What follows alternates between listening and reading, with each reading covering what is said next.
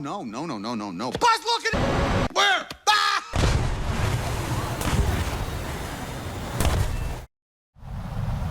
Today, we are taking a look at the new Seek and Destroy update, and the most important things you need to know in order to kill and not be killed. Firstly, the number one way to avoid radar missiles in past versions of the game, driving. Also known as flying low, it used to be rather simple. Stay vaguely close to the ground, enjoy invulnerability. However, with the new update, the distance between you and the ground at which the effect known as multipathing begins to protect you has been lowered to 60 meters, down from the old 100 meters. This means that you have to get much closer to the ground to be safe, and that things like terrain verticality and trees are much more of a consideration when determining if flying low is your best option at any given moment. Put simply, the best time to fly low is over the ocean. The worst time to fly low is over mountains. Extrapolate the rest. Secondly, because of the former point, notching just became more important. Also, because of recent changes to radar behavior, it's become more important to understand the details of notching. For review, a notch is when you fly perpendicular to an incoming missile's radar, or the launching aircraft's radar in the case of a semi-active missile. Many players have issues with achieving a proper notch, and it can be rather difficult to get close enough to a perfect 90-degree angle just by looking at the missile and guessing. Thankfully, you don't have to. Just find the dotted line on your RWR that is triggering the launch warning, meaning whichever one is flashing, and match it up with either the port or starboard pip on your RWR display. If they're lined up, the incoming radar waves are perpendicular, and the enemy lock will fade immediately. However, a smart enemy in the past, depending on their radar model, could switch off of pulse Doppler mode, making notching useless. And these days, some radars will automatically perform this switch in order to maintain the lock once it begins to fail. To counter this, we combine the weakness of pulse Doppler radars, notching, with the weakness of standard radars, which is chaff. Lining up a perfect notch and then popping a few chaff is all you need to break a radar lock. Once you have done this, however, it would be smart to change your course, ideally up or down rather than left or right so that you can maintain your notch angle and prevent a relock. You want to change your course because a missile which has lost track of you will often continue flying based on your last known velocity, meaning that if you continue on the same path at the same acceleration, it may hit you simply by remembering where you were going. So, remember to fly either up or down a bit after performing a notch. Once your RWR no longer displays a launch warning, you may continue flying as normal. Though remember, the enemy may still be sweeping your location with a search radar, waiting for you to turn back in. Plan accordingly.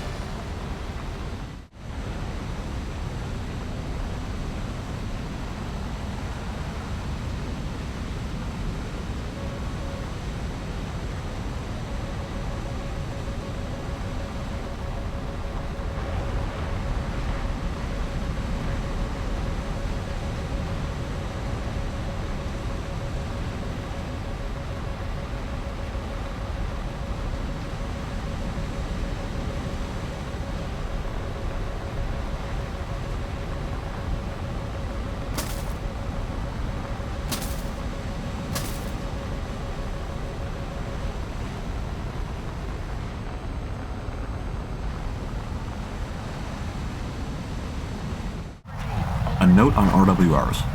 Radar warning receivers use multiple sensors spread out across the aircraft to get their data. These sensors don't cover every angle, typically having blind spots pointing up or down. If someone locks you from one of these blind spots, you may never be notified. Remedying this is easy. Simply roll your aircraft to point one of your wings at the direction you wish to check for locks. Your sensors on that side of the aircraft will pick up the radar waves from your new left or right. It's just like looking backwards to check for IR missiles. Good practice to maintain your situational awareness on occasion. You never know where the enemy might be attacking from.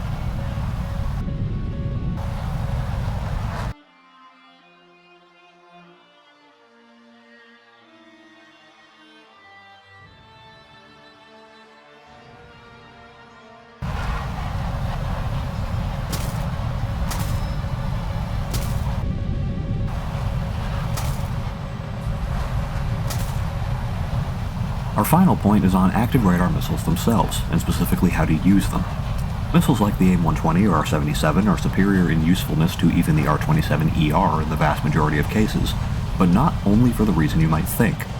Of course, the missile having its own seeker is useful for firing on multiple targets at once and getting massive multi-kills to post on your favorite military document library Discord server, but it's especially useful for playing defensively. While an ER might be great against a Sparrow for aggressive play, forcing the player that fired the slower Sparrow missile to break their lock and evade against the faster ER, the AMRAAM and its equivalents are great tools against any enemy because they don't force you to choose between evading incoming missiles and staying in the fight. Once you fire your active radar missile, it is immediately a threat that must be evaded. At any time during its flight, if you are fired on, you can safely enter evasive maneuvers while the missile continues chasing after the enemy, whereas a semi-active missile would go dead and put you at a severe disadvantage. This goes for the enemy as well. Players are getting good at going through the proper procedure for evading these missiles, meaning your best option is often not to just lob a half dozen AMRAAMs at the enemy at maximum range and hope that your targets are clueless.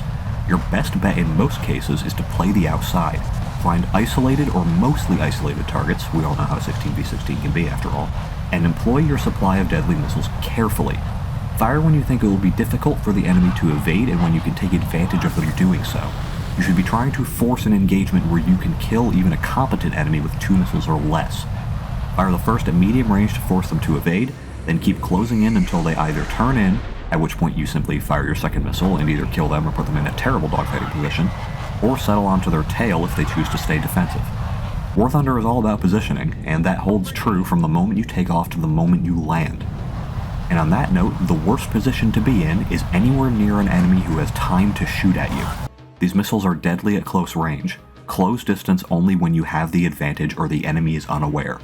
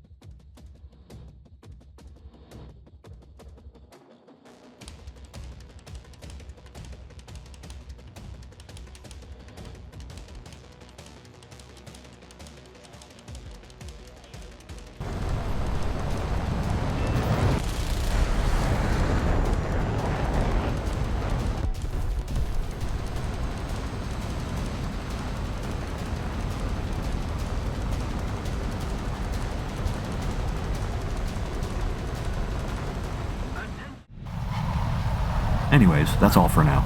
I'll see you back at the hangar.